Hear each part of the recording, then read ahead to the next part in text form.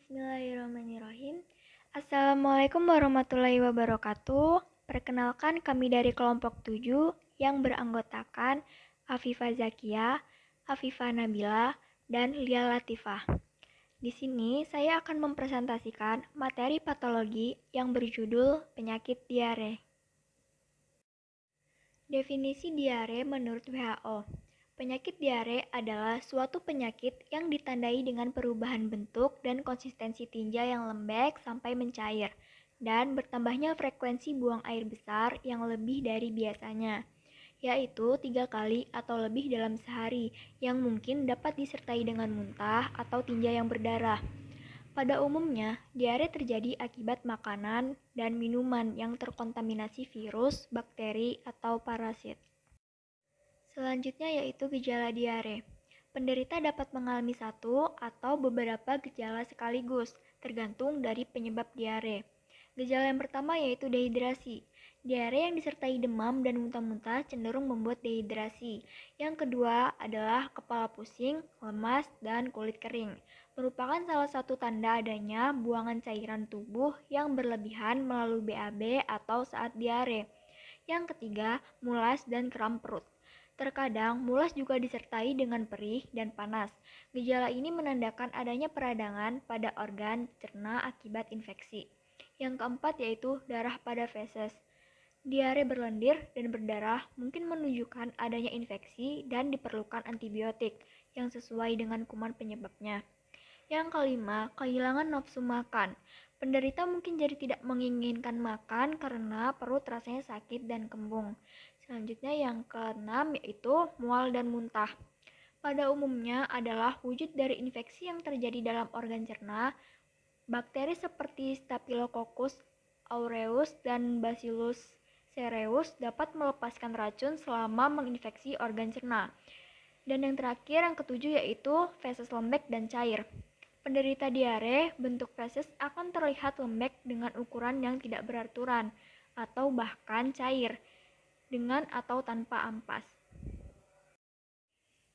Nah, kemudian klasifikasi diare. Berdasarkan lama waktu, penyakit diare dibedakan menjadi dua, yaitu diare akut dan diare kronis. Diare akut merupakan diare yang berlangsung kurang dari 15 hari. Diare karena infeksi usus yang bersifat mendadak, berhenti secara cepat, atau maksimal berlangsung sampai 14 hari. Nah, diare akut ini terbagi lagi menjadi dua jenis, yaitu yang pertama ada akut watery diarrhea, ditandai dengan feses cair yang berlangsung selama beberapa hari. Kebanyakan disebabkan oleh infeksi norovirus atau rotavirus. Yang kedua yaitu akut bloody diarrhea atau disentri, ditandai dengan feses yang berdarah dan berlendir. Penyebabnya adalah infeksi bakteri E. histolytica atau S. bacillus. Nah, yang kedua yaitu diare kronis adalah diare yang dapat berlangsung selama 4 minggu atau lebih. Gejalanya sudah ada dalam waktu yang lama dan berkembang secara perlahan. Kondisi ini kurang umum dan biasanya disebabkan oleh kondisi medis, alergi, obat-obatan, atau infeksi kronis. Dan selanjutnya ada penyebab diare. Yang pertama, bakteri dan parasit. Yang kedua, intoleransi terhadap makanan, seperti laktosa dan fruktosa. Laktosa merupakan gula yang ditemukan di dalam susu dan produk susu lainnya. Nah, jika tubuh tidak mampu mencerna senyawa ini, intoleransi laktosa akan muncul. Penderita intoleransi laktosa akan mengalami diare setelah mengonsumsi produk susu. Kemudian fruktosa merupakan gula yang ditemukan di buah dan madu. Nah, fruktosa itu juga seringkali ditemukan sebagai pemanis untuk beberapa minuman. Pasien yang mengalami masalah dalam mencerna fruktosa akan mengalami diare. Pemanis buatan seperti sorbitol dan manitol yang sering ditemukan pada permen karet atau produk bebas gula lainnya itu dapat memicu penyebab diare. Selanjutnya yang ketiga yaitu ada efek samping dari obat-obatan. Beberapa jenis obat dapat menyebabkan diare seperti antibiotik. Obat ini itu dapat membunuh bakteri baik sekaligus bakteri jahat yang akan mengganggu keseimbangan bakteri dalam usus. Sementara obat lain yang dapat memicu diare meliputi obat kanker dan antasida dengan kandungan magnesium. Dan yang terakhir yaitu ada penyakit pada pencernaan. Penyakit pada pencernaan itu contohnya seperti olitis ulceratif atau olitis mikroskopik.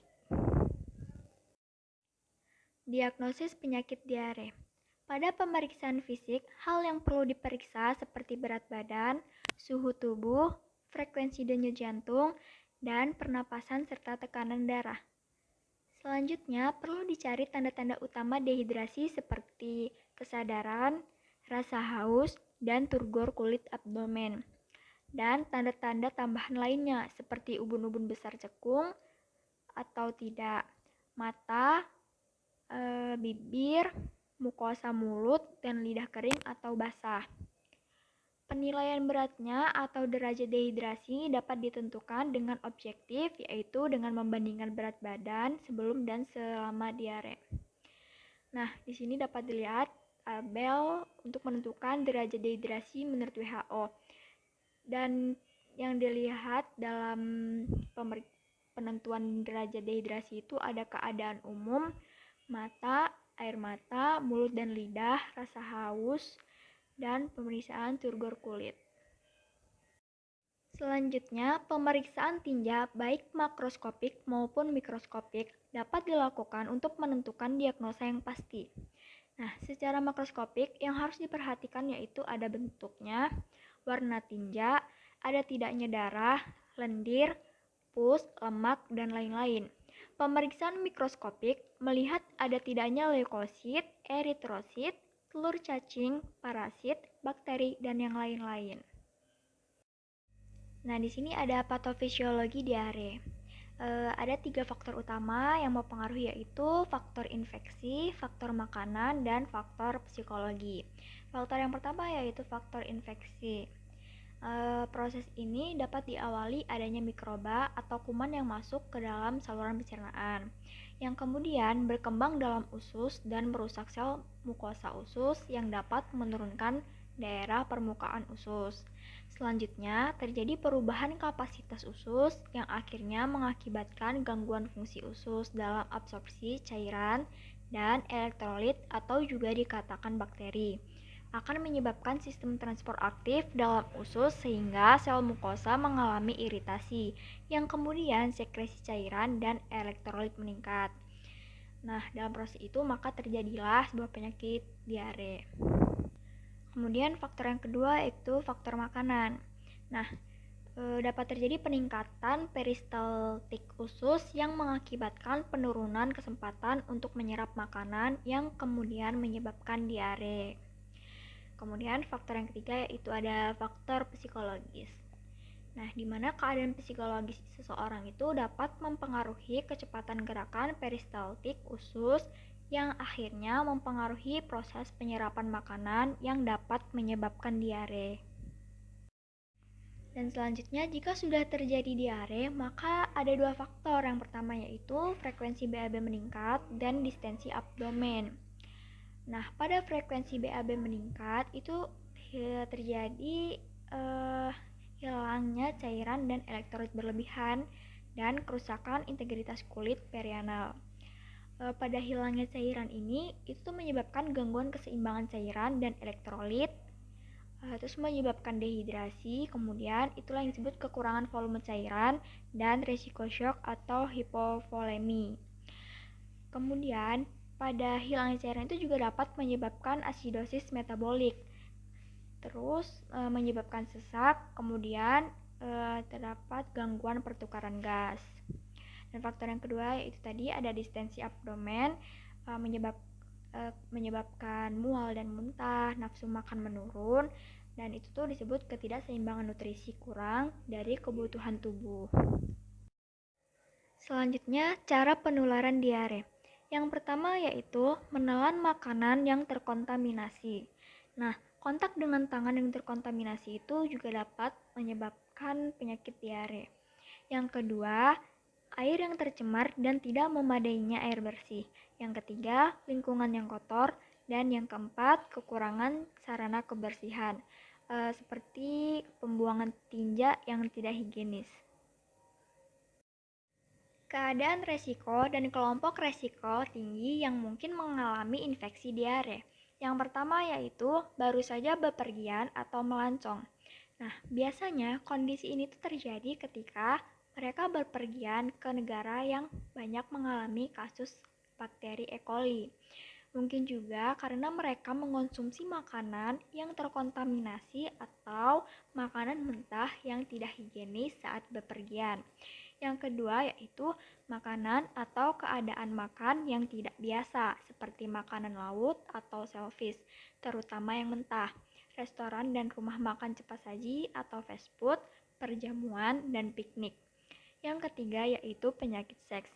Homoseksual, pekerja seks, pengguna obat intravena, risiko infeksi HIV, sindrom usus homoseks, dan sindrom defisiensi kekebalan didapat.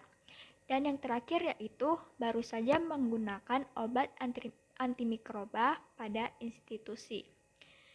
Seperti di institusi kejiwaan atau mental, rumah-rumah perawatan, dan rumah sakit. Selanjutnya yaitu pengobatan diare. Yang pertama, perbanyak asupan cairan. Kenapa sih kita harus memperbanyak asupan cairan? Nah, hal ini dibutuhkan karena untuk menghindari dan menangani dehidrasi. Lebih baik kita tuh minum sedikit-sedikit tapi sering, karena lebih baik masuk cairan sedikit daripada tidak sama sekali. Karena jika asupan cairan kita cukup, urin akan berwarna kuning muda atau hampir bening. Dan kita juga harus menghindari pemberian jus buah atau minuman bersoda karena akan membuat diare bertambah parah. Yang kedua yaitu makan makanan sehat. Ketiga, penggunaan oralit. Dan yang keempat, penggunaan obat anti diare.